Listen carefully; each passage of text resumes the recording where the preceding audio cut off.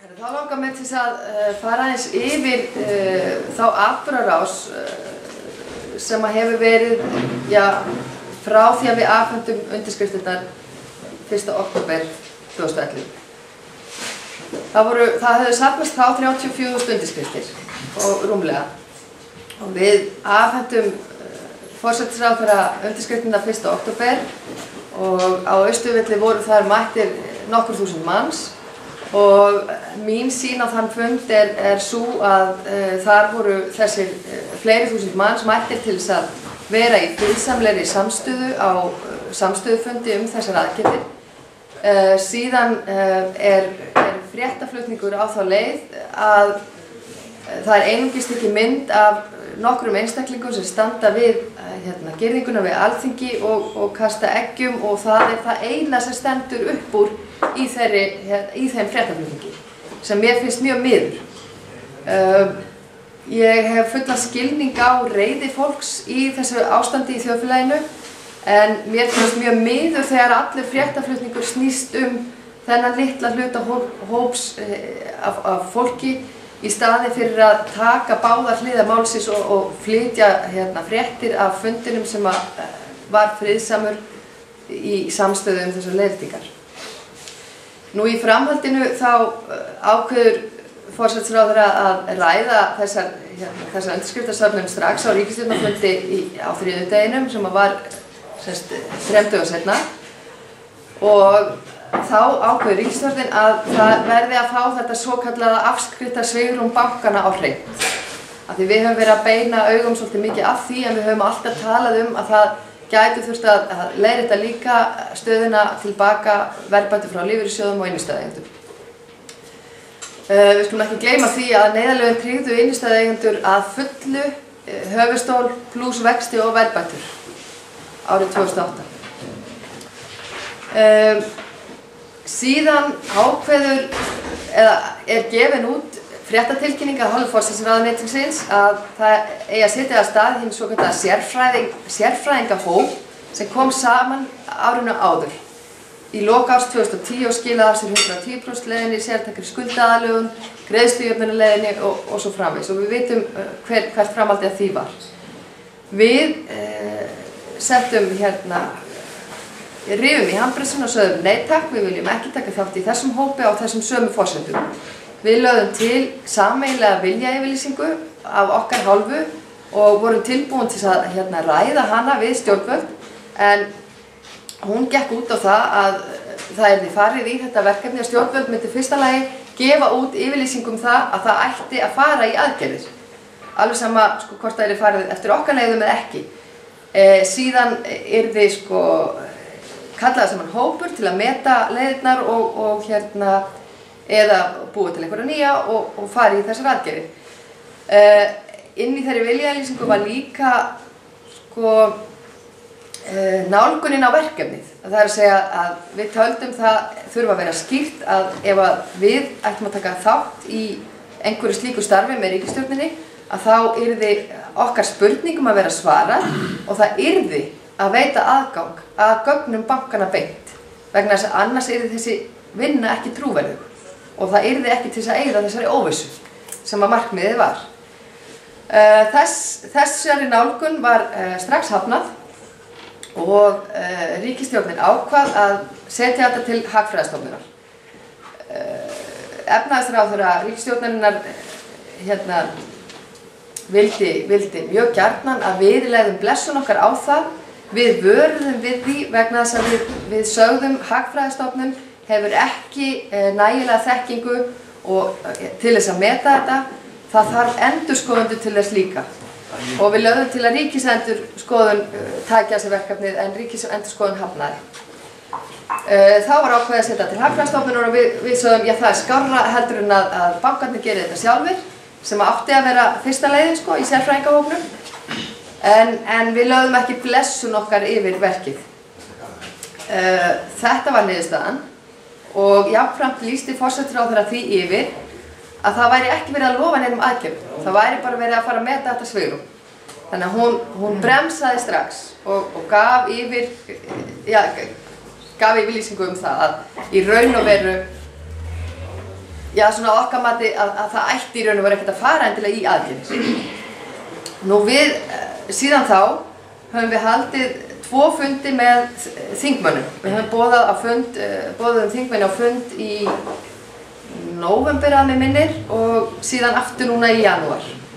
Og þar voru undirtektir stjórnarandstöðu þingmanna mjög góðar. Það er að segja að þeir voru alveg tilbúnir til að leggja fram þingmál bæði leiðréttingarlána, afnám verðtryggingar og þjóðaratkvæðagreiðslu og jafnvel sitt í hvoru lagi, eða sem sagt málin væru ekki endilega öll inn í sama þingmáli, en jafnframt gátum við alveg skilið það á þeim að það hefði samt voða litla þýðingu þar sem að stjórnvöld ætluðu ekkert að gera í málinu, eða sem sagt það þyrfti að koma til samvinna stjórnarflokkana í þessu máli. Og í byrjun janúar þá hófum við umræðum það að við myndum þá leita til annars hluta af stjórnvöldum sem er forsetinn.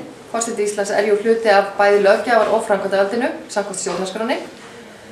Og það var okkar ákvörðun að leita til hans frekar heldur en að vera að, við skulum segja, móast í þingmönnum áfram. Þar sem við vissum það að stjórnarflokkarnir væri ekkert með í þessu máli. Nú, síðan kemur til niðurstaða Hagfræðistofnunar Háskólans og þann 17. janúar síðastliðinn þá afhendir Hagfræðistofnun okkur hagsmunasamtökum heimilanna skýrsludrög upp á 23 síður.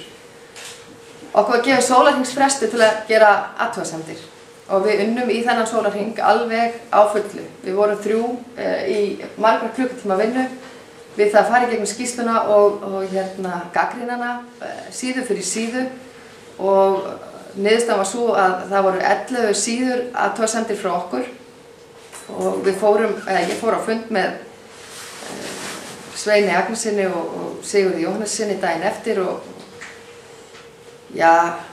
húsgamaði þá og baða að taka tillit til þessara athugasemda ellegar vísa frá sér verkefninu ef þeir vegna þess að verkið er ekki trúverðugt þar sem þeir fengu ekki aðgang að gögnum.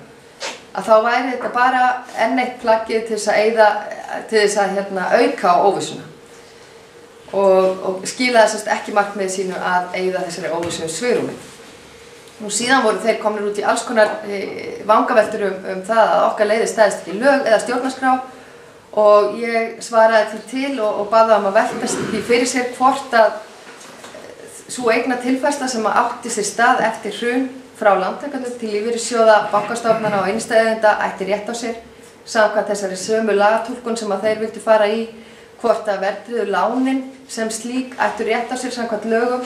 Ég baða að fara að skoða neytendalögin og setja það þá bara inn í skýrsluna líka fyrst að þeir vildu fara yfir á annað svið heldur en þeirra fagsvið, hagfræði og niðurstaðan var svo að þeir héldu nú inni þessum vangaveltum sínum í skýrslunni enda erum við alveg sannfærð það að þetta var fyrirfram ákveðin niðurstaða og pólitískt pantaplagg og ég er ekkert hrædd við að segja það fullum fetum. Skýrslan var síðan birt í síðustu viku eins og þeir kannski hafið heyrt fréttaflutning af og það var boðaður fréttamannafundur í Hagfræðistofnun án þess að láta hagsmunasamtök heimilanna vita og án þess að bjóða hagsmunasamtökunum á fundinn, án þess að senda okkur skýrsluna í tölvupósti eða á einhvern hátt. Þannig að þetta fannst okkur ákaflega léleg vinnubrögð og ófagleg. Nú, okkar athugasemdir sem við höfum skrifað í vikunni áður, við fórum yfir skýrsluna aftur og við löguðum aðeins til athugasemdir og þær má finna inn á heimasíðun okkar á heimilin.is, þannig að þið getið þá farið dálítið ofan í það ef þið viljið kynna ykkur það betur hvað það er sem er athugavert við þessa skýrslu. Hún er, að okkar mati vægast sagt mjög ófaglega unnin og eins og ég segi og eins og hagfræðingar hafa tekið undir með okkur í umræðinni, Gunnar Tómasson, Ólafur Arnarsson, Ólafur Margeirsson og ekki fleiri, jável. Ekki hagfræðingar sem ég man eftir í svipinu, það var fleiri tekið undir. Allavega þeir. Ólafur Ísleifsson, jú, hann tók líka undir það að þetta væri ákveðlega ófaglega unnin skýrsla og þar sem að þeir hefðu ekki einu sinni forsendur til þess að reikna að þá væri það ákveðlega ófaglegt að Hagfræðistofnun að hafa tekið þessi verkið yfir höfuð. Þannig að þeir eru algjörlega sammála okkar í okkar nálgun að skýrslan sé raun og veru, já, bara í framhaldi af því höfum við gefið út á yfirlýsingu að það þýði ekkert að tala við þessa ríkisstjórn og við höfum ákveðið að einblína á forsetann og sjá hvort að hann sé tilbúinn til að beita sig fyrir þjóðarhag því að við teljum að þetta sé ekki eingöngu réttlætismál fyrir lántakendur, heldur sé þetta efnahagsaðgerð sem að mun gagnast fyrir efnahag landsins.